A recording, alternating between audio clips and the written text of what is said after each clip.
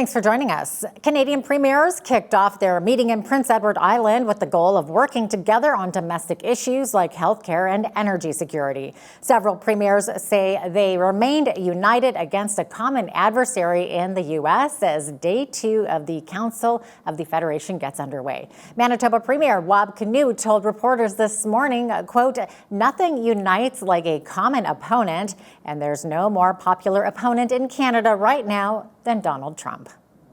I think the American president is very vulnerable right now. The cost of living is a political disaster for Donald Trump. And a lot of people in Canada are saying in order for us to get a CUSMA deal, we should give him a win. But I'm wondering whether we should. We met with the Prime Minister yesterday virtually to talk about strategy going forward. The important thing is that we're all united. We've got to show strength and resolve and get through this together. But that's what Canadians expect. They expect us to work together and get results. We're not ignoring it, but we've got other work to do. We intend to get through our full agenda. We've got a lot of issues that are common across this country. For me, here in Prince Edward Island, affordability obviously is a key issue, but health care, improving access to primary care here, workforce retention, recruitment and retention, very important. Energy security is incredibly important. Yesterday, Indigenous leaders met with premiers on the sidelines of the Council of the Federation annual meeting, saying First Nations voices must be heard nationwide as provincial and federal governments pursue major projects and a new trade deal with the U.S. And it appears U.S. President Trump is not done with tariffs. Canada's generic prescription drug industry is his latest target. Trump says generic drugs imported into the U.S. will be tariffed at 100% beginning in 2 years. That tariff will rise to 200% 1 year later. The generic drug industry and its investors hope the 2-year grace period will provide an opportunity to negotiate individual deals with the Trump administration. The agreement to convince U.S. President Donald Trump to open the Gordie Howe Bridge will see Canada split toll revenues with the United States. Text of the proposed agreement in principle confirms that the two countries will share net toll revenues for the first 15 years. The document says Canada's payments will be made to a United States-Canada Economic Development Fund controlled by the U.S. government. But that contradicts comments made by Prime Minister Mark Carney, who said last week that both countries only split the bridge's toll revenue after, quote, all the debt is repaid. Details of the deal shared on the Gordie Howe International Bridge website do not mention debt repayment. The bridge's opening was delayed by the Trump administration after pushback from the billionaire family that owns the competing Ambassador Bridge and is a significant Republican donor. A multi-day rain and thunderstorm in Atlantic Canada could be both good and bad news in the fight against wildfires. Torrential rain has forced crew members to retreat from the Halifax County wildfire. The Department of Natural Resources says the fire has not grown in the last few days and is expected to shrink further after the rainstorms travel through Nova Scotia. The rainstorm across Atlantic Canada and the northeastern United States is expected to put a damper on wildfire smoke, but thunderstorms with lightning could potentially spark more fires. Hot weather in British Columbia is going to make the battle against wildfires more difficult. While wildfire crews have managed to stamp out dozens of recent fires or contain them to just a few hectares. But hot weather is on the way and some communities are still threatened. Right now, there are more than 80 wildfires burning in BC. There are currently 4 wildfires of note. First, the Bootleg Complex in the Southeast Fire Centre, where 2 new wildfires of note, Matthew Creek and Tower Creek, have resulted in evacuation alerts for people living in and around Kimberley, BC. We've had prolonged dry periods over the last number of years, and elevated drought conditions are forecast to continue across much of BC this summer. Some parts of the province are experiencing very low stream flows, especially in the Okanagan, where we're actually seeing record-setting lows.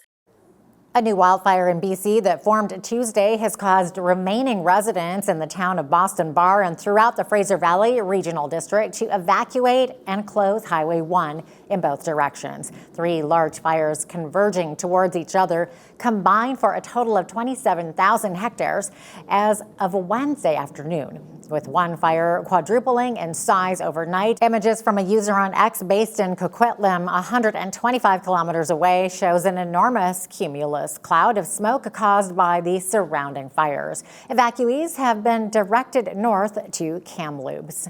Canada's crime severity index recorded declines in every province and territory except New Brunswick and Nunavut, and in most major cities in 2025.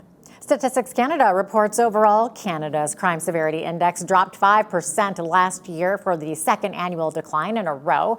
It was driven by the rate of break and enter cases falling for a third year in a row, down to 264 incidents per 100,000 people. The index measures both the number of crimes compared to population and the relative severity of all police reported crimes. Meanwhile, the conventional crime rate, tracking the volume of crimes regardless of their severity, edged down 2% in 2025.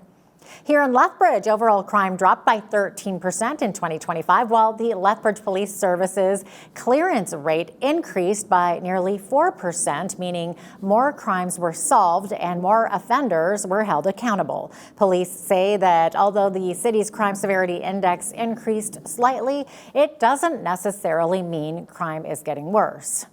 We have many initiatives in our city from the police service and also community partners that we are focusing on what we do with crime. All those result in being able to hold people more accountable. Now, one thing I want to talk about is the recent Bill C-14 Bail and Sentencing Act that was just passed. And we are really hoping with that act, which really some of the highlights of that are additional requirements for justice when considering release in circumstances, new sentencing provisions and restrictions, and also new aggravating factors to address repeat violent offending.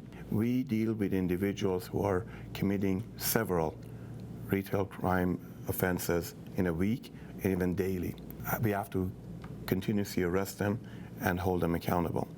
We are hoping legislation such as this, once is actually carried out by our judiciary, is going to put a more emphasis on holding people accountable. We heard loud and clear there's many different factors that go into that. One of the things that I just talked about is the more that the police are doing their work and more in the rest that come, that goes against our crime severity index.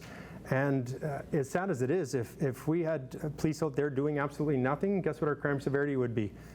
It'd be way, way down. We have an incredibly safe community. It's just a couple little blips of folks that I believe this bail reform will actually address. Human trafficking also had a significant impact on crime severity last year. Occurrences increased from 0 in 2024 to 4 in 2025. As the search continues in Calgary for an autistic boy missing for 7 days, the Better Business Bureau is warning people about a fake GoFundMe campaign. 11-year-old Parker Wells walked away from his daycare home in the city's North End last Thursday. The BBB says there is at least one fake GoFundMe campaign that has been launched in relation to Parker's disappearance. The Calgary Police Service and the child's family have confirmed there is no campaign. BBB President and CEO Mary O'Sullivan Anderson calls it despicable. She says these scammers are using names and photos of victims without the family's permission. BBB advises that you watch out for online fundraising solicitations through crowdfunding websites with links on social media or in your email. You can find tips for safe giving at BBB's Wise Giving Alliance at give.org. Last week, we brought you the story of two former fire officials who have launched court actions regarding their dismissals from the Stavely Fire Department and the events surrounding them. Now, the Municipal District of Willow Creek, one of the parties named as a defendant, has filed its statements of defense. With an update to this story, here is BCN's Naveen Day. The MD of Willow Creek has filed its statement of defense in lawsuits brought by Stavely's former fire chief and former deputy fire chief. The former fire chief, who asked BridgecityNews for anonymity, alleges Emergency Services Director Kelly Starling repeated or allowed false allegations linking him to prostitution, sex trafficking, and other criminal activity. He also claims the town of Stavely's CAO told him to resign or face removal. In its defense, Willow Creek says an anonymous complaint was received by the town, but Starling advised the town there was no evidence to support the allegations and suggested the complainant may have been a disgruntled former employee. The MD says the town did not discipline or terminate the fire chief over the complaint, instead reminding volunteer firefighters to avoid compromising situations while displaying department logos. In the other case, former Deputy Fire Chief Greg Olson alleges he was fired after raising concerns about firefighter safety, staffing, equipment, budgets, and governance. Willow Creek's defense says Olson failed to follow procedures at a 2025 fire and acted aggressively and physically threatening towards Starling at a March 2026 motor vehicle collision before driving away in a fire truck with emergency lights still activated, causing confusion for passing motorists.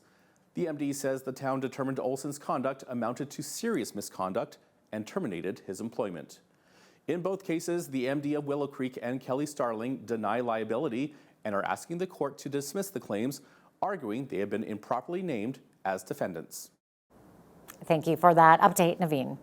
The Lethbridge Hurricanes have announced their new general manager after Peter Anholt stepped down in January of last season. At a Wednesday morning press conference, the Canes introduced Barclay Parneta, who has served as interim GM since last January. Parneta has previously worked 18 seasons with the Tri-City Americans in various roles and 7 years as GM for the Vancouver Giants before ultimately joining the Canes as a senior advisor in September of last year. He says it was an easy decision to sign in Lethbridge, and he credits the organization as one of the best in the WHL. His communication skills are exceptional. He's very rational. He's patient with his decision making. He's got a vision. He's got a plan, and he was able to express what that looked like for the board to ensure that there was comfort for us. Going forward with the direction. Like you said, there's a ton of changes with the league and, the direction with the changes to the NCAA and, the rule changes with regards to, what players are doing and how that's going to look. And the landscape has changed drastically, so you needed a person that could come in and manage that. And we feel extremely comfortable that Barclay is the right guy and the right fit. The biggest, and I can't say this enough, for me was the support from the community. And honestly, we're going to be heavily involved, as we always have been, community initiatives, but it was really an easy decision for me after I'd gone through that sort of thing, and it was something that I really wanted to challenge myself with. I think you're going to see some dramatic improvements probably very quickly with the age of the kids are going to be coming in that we're able to sign, and I'm hoping that the fans are able to sort of build off that, and the energy keeps coming and people get excited. The Hurricanes are coming off a rebuilding year last season where they finished dead last with 38 points. Parneta believes the team is in good shape this offseason thanks to their new signings and trades. The Hurricanes will begin their 2026-27 season on September 18th at home against Medicine Hat. And finally, some sad news in the Christian music world. Well-known Canadian songwriter and worship leader Brian Doerksen has died.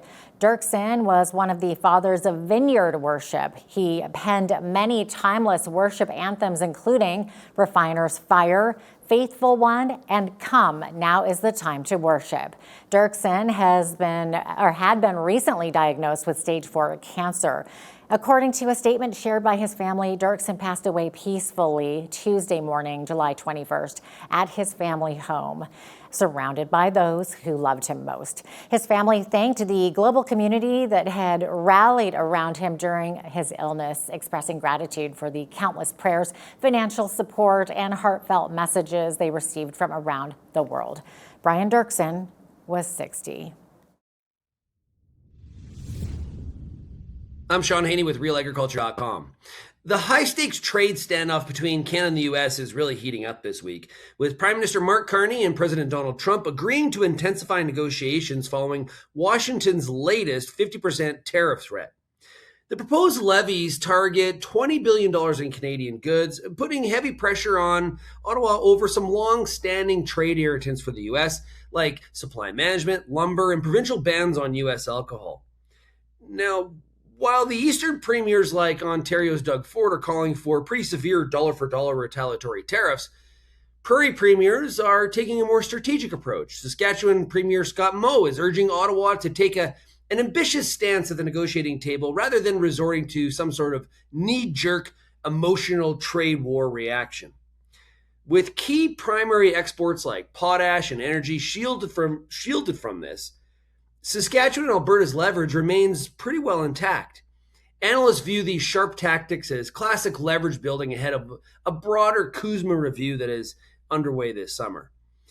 August 19th is the deadline on the Section 338 tariffs that Trump announced this week. That deadline's coming fast. The window for a comprehensive deal is very tight here, and prairie producers will be watching closely to see if diplomacy can outpace retaliatory rhetoric.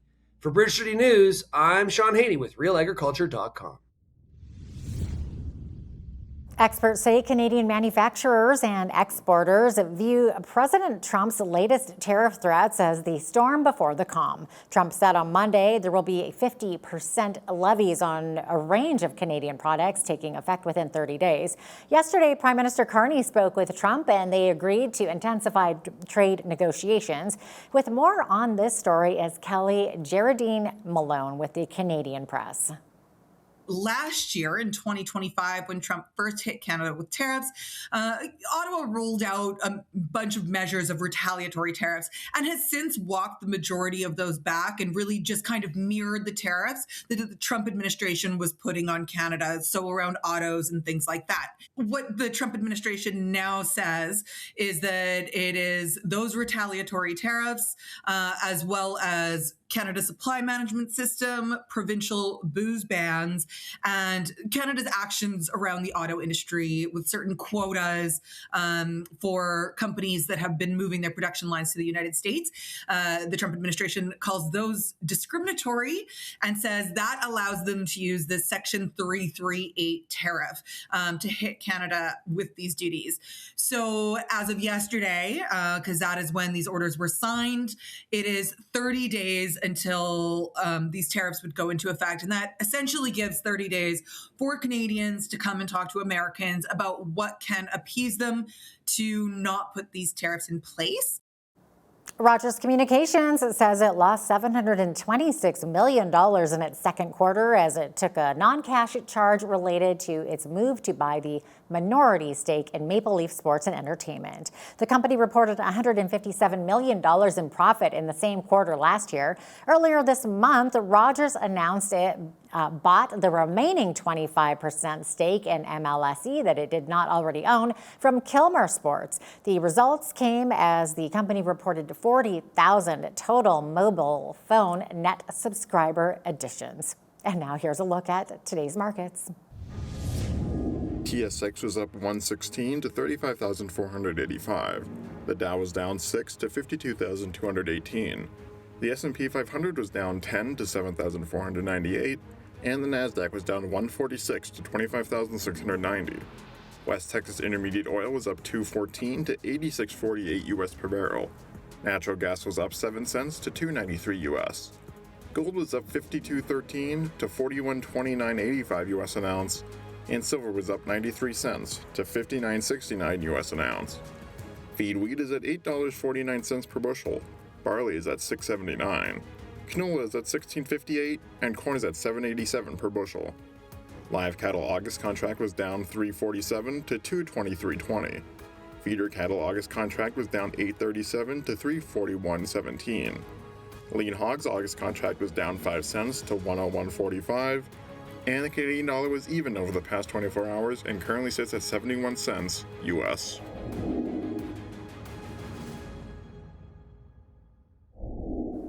Recapping one of today's top stories, there were more tariff threats today from President Trump. The 47th president says generic drugs imported into the U.S. will be tariffed at 100% beginning in 2 years. That tariff will rise to 200% 1 year later. The generic drug industry and its investors hope the 2-year grace period will provide an opportunity to negotiate individual deals with the Trump administration. It wasn't that long ago that it seemed Ottawa and Alberta would never see eye to eye. And now Premier Danielle Smith has announced 2 pipeline projects and a data center development. So what's changed? Felice Chin, Alberta Bureau Chief for the Hub, joins us to give her thoughts on Ottawa's 180-degree reversal. That is coming right up next. Also, when you see news happening in your community, be sure to send us an email at info@bridgecitynews.ca. You can also visit our website or YouTube channel anytime to check out more of our content and poll questions.